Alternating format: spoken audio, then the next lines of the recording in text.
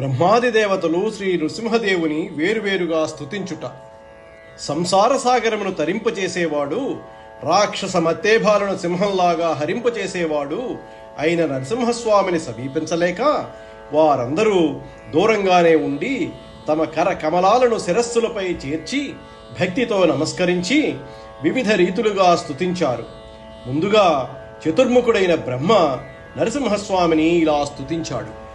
ఘన లీలాగుణా చాతురిన్ భువనముల్ కల్పించి రక్షించి భేదనముంచేయు దురంత శక్తికి అనంత జ్యోతికిన్ చిత్రవీర్యునికిన్ నిత్య పవిత్ర కర్మునికిన్ నేను ఉత్కంఠతో అవ్యయాత్ముకిన్ వందనమాచరించెదున్ కృపాముఖ్య ప్రసాదార్థినై.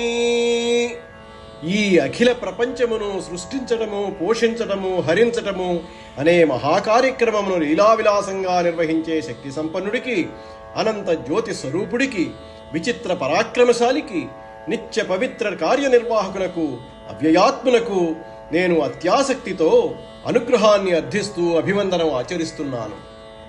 రుద్రుండు ఇట్లనియే: అమరవరేణ్య మీదట సహస్రయుగాంతమునాడు కాని కోపమునకు వేళ కాదు, సురబాధకుడైన తమస్విని చరున్ సమరమునన్ వధించితివి.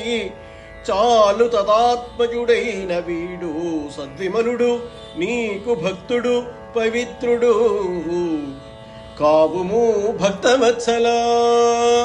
రుద్రుడు ఇలా స్తుతించాడు: అమరవరేణ్య, అగ్రగణ్య, ఇంకా సహస్రయుగాలు గడిచిన తరువాత నీవు కోపం పూనాలి కాని ఆగ్రహానికి ఇది సమయం కాదు. సురులను బాధించే అసురేంద్రుణ్ణి సంహరించావు, బాగుంది, చాలు. అతని కుమారుడు ఈ బాలుడు కల్మషం లేనివాడు, నీకు భక్తుడు, పరమ పవిత్రుడు. భక్తవత్సలా, వీణ్ణి కరుణతో కాపాడు.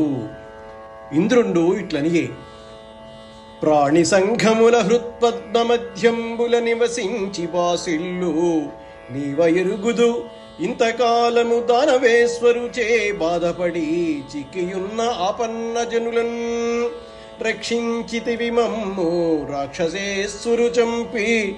క్రతుహవ్యములు మాకు కలిగే మరలా మంటిమి, నీ సేవ మరిగిన వారలు కైవల్య విభవంబు కాంక్షసేయరు. ఇతర సుఖములెల్ల ఇచ్ఛయింపగనేలా అస్థిరంబులివి అనంత భక్తి కొలువ నిమ్ము నిన్ను ఘోర దైత్యానీక చిత్తభయదరంహ శ్రీ నృసింహ. మహేంద్రుడు ఇలా మనవి చేశాడు: హరిభయంకర స్ఫూర్తి నృసింహమూర్తి, సమస్త ప్రాణుల హృదయ పద్మాలలో ప్రకాశించువాడవు నీవు. నీకు తెలియనిదేమున్నది? ఇంతకాలము రాక్షసనాథుడైన హిరణ్యకశిపుని వల్ల కష్టాలు అనుభవించాము. నీవు ఆ రాక్షసుని సంహరించి ఆర్తులమైన మమ్మలను రక్షించావు. నీ దయవల్ల మా హవిర్భాగాలు మరల మాకు దక్కాయి, మా బ్రతుకులు వన్నెకెక్కాయి. దానవ మర్ధనా జనార్దన, నీ సేవాభాగ్యం పొందినవారు కైవల్యమును కూడా కాంక్షించరు. అటువంటిది అశాశ్వతాలైన ఇతర సుఖాలు ఎందుకు కోరుకుంటారు? అపారమైన భక్తితో నీ పాదపద్మాలు సేవించే వరం ప్రసాదించు స్వామీ.